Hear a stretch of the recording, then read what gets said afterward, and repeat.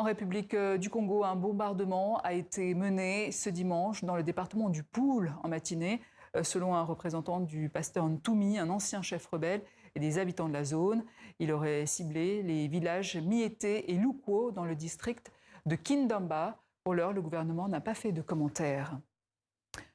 En RDC, un an après la chute de Goma, les rebelles contrôlent toujours la ville et la paix s'enlise. On en parle avec Jason Stearns, cofondateur de l'Institut congolais de recherche, et Bouteli est cofondateur du GIEC, le groupe d'études sur le Congo.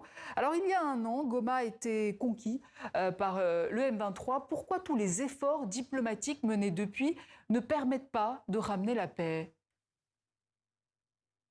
Bon, il y a plusieurs raisons, mais fondamentalement, c'est une question de rapport de force. La RDC n'a pas réussi ni à persuader, ni à forcer le Rwanda, et l'M23 s'est retiré. Les diplomates, en particulier les diplomates des États-Unis, n'ont pas non plus réussi à influencer cet équilibre de pouvoir. Donc, ça aussi soulève enfin la question, que veut le Rwanda? C'est le Rwanda qui a participé à presque toutes les grandes offensives militaires, y compris celles qui ont pris Goma, Bukavu et Uvira l'année passée.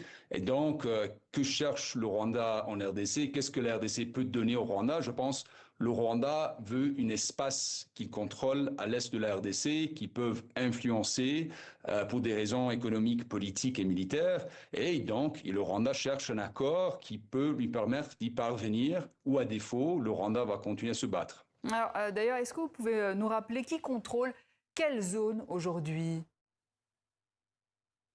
Bon, une grande partie de l'Est est contrôlée par l'M23 avec ses alliés rwandais, donc la ville de Goma, la ville de Bukavu, la ville, jusqu'à très récemment, la ville d'Uvira, qui est à la frontière avec le Burundi. Il y a quelques jours, le Rwanda s'est retiré avec l'M23 de la ville d'Uvira, mais une grande partie de cette frontière, toute la frontière avec le Rwanda est contrôlée par l'M23.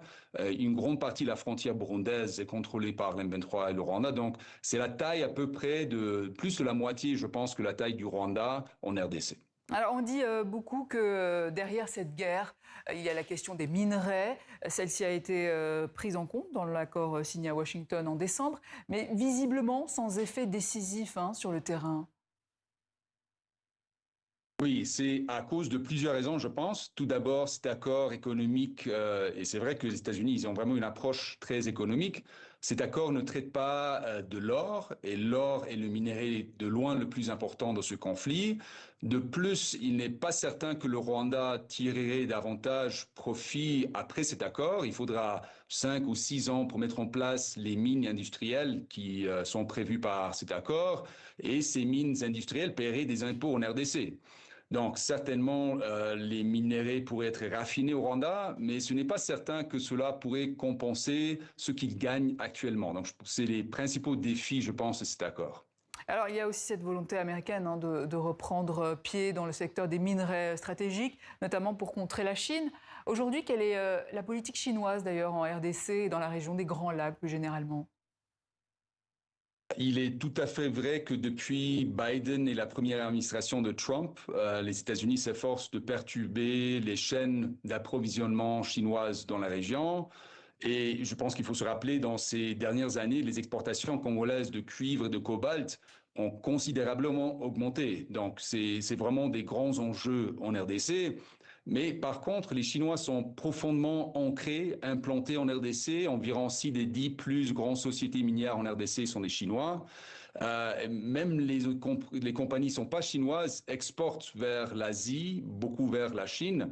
Et donc, la politique de la Chine, je pense, consiste à tendre à renforcer les relations qui existent, et ils ont un grand avantage. C'est ça d'ailleurs le plus grand défi de la politique Trump dans cette région-là, c'est cet enracinement de la Chine dans les chaînes d'approvisionnement.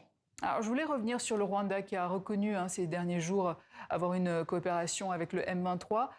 C'est une première. Est-ce que ça peut changer les paramètres de discussion ? En quelque sorte, ils n'ont pas vraiment admis d'être présents en RDC, ils ont juste admis d'avoir coordonné des mesures de sécurité avec l'M23.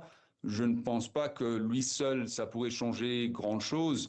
Ce qui va changer, c'est la pression exercée sur le Rwanda. S'il y a une pression réelle sur le Rwanda, et la volonté aussi de la RDC de trouver un compromis, même un compromis difficile, c'est ça qui va changer les choses. Est-ce que les deux parties vous semblent réellement vouloir la paix? Pour la RDC, oui, mais ça dépend du prix à payer. Ce qui veut Tshisekedi, le président, c'est que l'M23 soit démantelé comme en 2013, lors de la dernière rébellion de l'M23, sous une pression écrasante de la communauté internationale. Ça me semble aujourd'hui peu probable. Donc je pense qu'il devra conclure un accord, mais pour lui, ça pourrait être difficile sur le plan politique. Pour le Rwanda, il sera difficile, je pense, pour le Rwanda de faire la paix. Ils ont énormément investi dans le conflit et donc ils devront obtenir quelque chose, beaucoup en retour, pour que cela en vaille la peine. Jason Stearns, merci. Je rappelle que vous êtes cofondateur des Boutelli et cofondateur du GIEC.